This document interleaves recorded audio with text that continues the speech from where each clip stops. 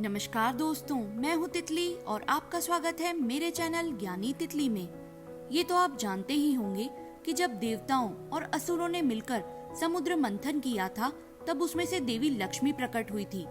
भागवत महापुराण के अनुसार इसी मंथन में लक्ष्मी जी से पहले उत्पन्न हुई थी देवी दरिद्रा। इसीलिए दरिद्रा देवी को लक्ष्मी जी की बड़ी बहन माना जाता है। इन्हें अलक्ष्मी और ज्येष्ठा भी कहा जाता है। दोनों बहनें ही रूप और सौंदर्य में एक समान थी, किंतु स्वभाव से बिल्कुल विपरीत। लक्ष्मी जी सज धज कर रहने वाली और दरिद्रा शरीर पर गंदगी ओढ़कर रहती थी।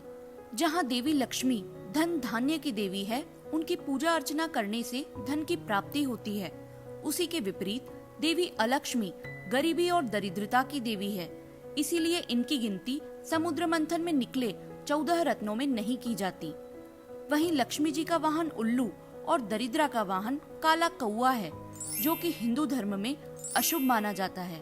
पुराणों के अनुसार दरिद्रा मन ही मन नारायण से विवाह करना चाहती थी, किंतु नारायण ने पवित्र आचरण रखने वाली उनकी छोटी बहन लक्ष्मी का वरण किया। तभी से ही लक्ष्मी जी और दरिद्रा के बीच मनमुटाव की कहानी शुरू हुई। दरिद्रा का विवाह ऋषि उद्दालक से हुआ था। विवाह के बाद जब दरिद्रा ऋषि के साथ आश्रम गई, तो वहां उन्हें बड़ा ही असहज महसूस हुआ, क्योंकि वह स्थान साफ सुथरा एवं हवन सामग्री से सुगंधित और प्रकाशमान था। यह देख ऋषि उद्दालक को अपनी पत्नी का दुख सहन नहीं हुआ और वे दुखी होकर भगवान विष्णु के पास गए।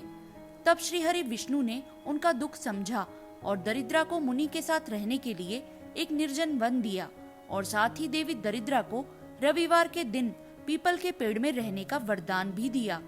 वैसे तो पीपल के पेड़ में स्वयं श्री हरि विष्णु का वास होता है, किंतु रविवार के दिन पीपल में जल चढ़ाना निषेध माना गया है, क्योंकि उस दिन चढ़ाया गया जल देवी दरिद्रा ग्रहण करती है, जिससे घर में दरिद्रता प्रवेश कर जाती है।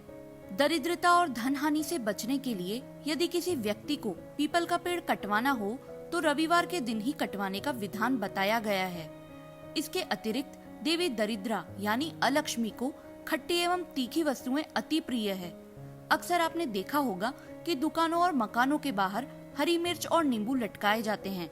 वो इसीलिए लटकाए जाते हैं कि कभी देवी दरिद्रा आपके दरवाजे पर आए भी तो वह इनका उपभोग कर तृप्त होकर दरवाजे से ही लौट जाएं। देवी दरिद्रा को अंधकार और गंदगी अति प्रिय है, इसीलिए घरों को कभी भी अंधकार युक्त नहीं रखना चाहिए। नित्य साफ सफाई कर स्नान आदि से निवृत्त होकर प्रभु का ध्यान करना चाहिए, जिससे देवी लक्ष्मी आपके घर से कभी मुंह न मोड़े और देवी दरिद्रा कभी भी उनका स्थान न ले सके। वैसे देवी दरिद्रा कभी भी लक्ष्मी जी का पीछा नहीं छोड़ती, सदैव उनके पीछे पीछे चलती है। इसीलिए जब भी देवी लक्ष्मी किसी स्थान को छोड़कर पीठ दिखाकर आगे बढ़ जाती है, तो उनका स्थान देवी दरिद्रा ले लेती है। यही कारण है कि लक्ष्मी जी सदैव विष्णु जी की ओर मुख करके उनके चरणों में बैठकर चरण दबाती रहती है, जिससे दरिद्रा कभी भी उनका स्थान ना ले पाए। तो दोस्तों, अब आप जान ही गए होंगे कि कैसे और किन सरल बातों का ध्यान रखकर देवी दरिद्रा से बचाव किया जा सकता है। अगर आपको यह जानकारी अच्छी लगी हो तो इस वीडियो को लाइक और शेयर करें, और मेरे चैनल पर नए हैं तो चैनल को सब्सक्राइब करना ना भूलें। इसी के साथ मैं तितली आपसे आज्ञा लेती हूँ और मिलती हूँ अपने अगले वीडियो में। धन्यवाद।